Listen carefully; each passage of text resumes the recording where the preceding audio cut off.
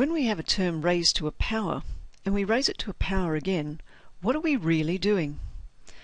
In this case, we've got 5 cubed, and we're going to square it. When we square something, we know that we multiply it by itself. So this is the same as 5 cubed times 5 cubed. From an earlier index law, we know that when we're multiplying numbers with the same base, we add the powers. So this would be the same as 5 to the 3 plus 3, or 5 to the 6. How's the power of 6 related to the powers of 3 and 2 that we started with? If we look at this term where we've added the two powers 3 and 3, we can see that that's the same as 2 lots of 3, or 5 to the 3 times 2, which is also 6.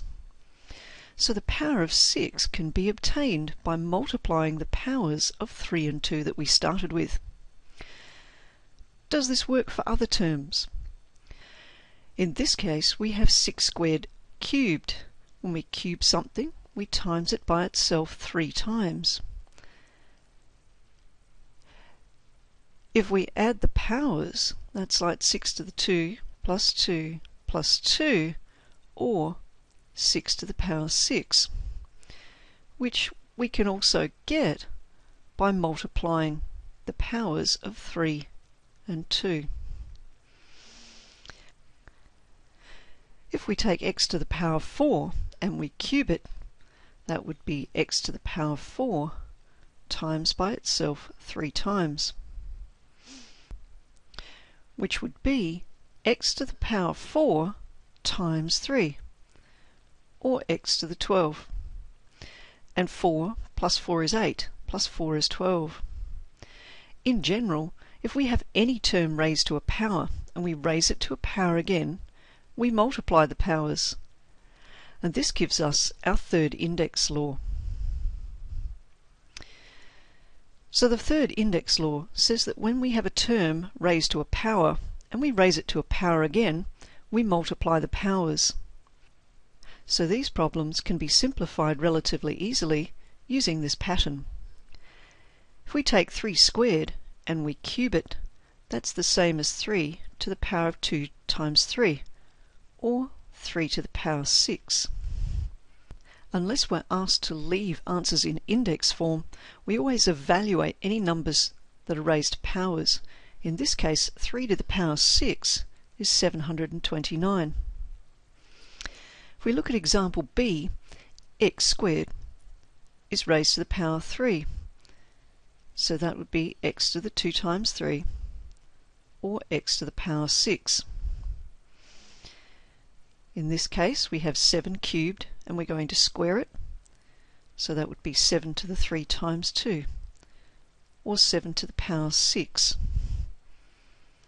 If we evaluate this, we get 117,649.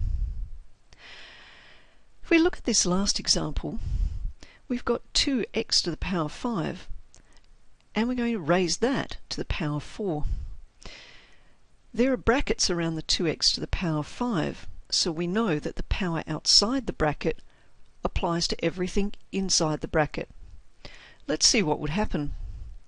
If we raise 2x to the power 5 to the power 4, it means we multiply it by itself 4 times.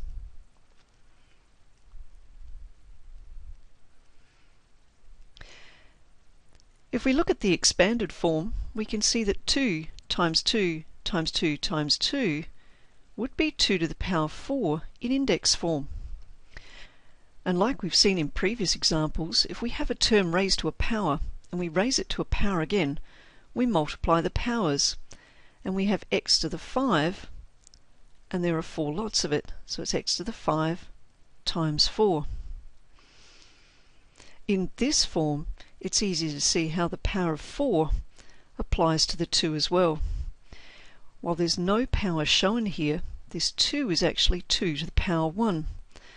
And so we do have a term raised to a power. And if we raise it to a power again, that becomes 2 to the power of 1 times 4, or 2 to the power of 4. we would evaluate this and we would get 16 x to the power 20.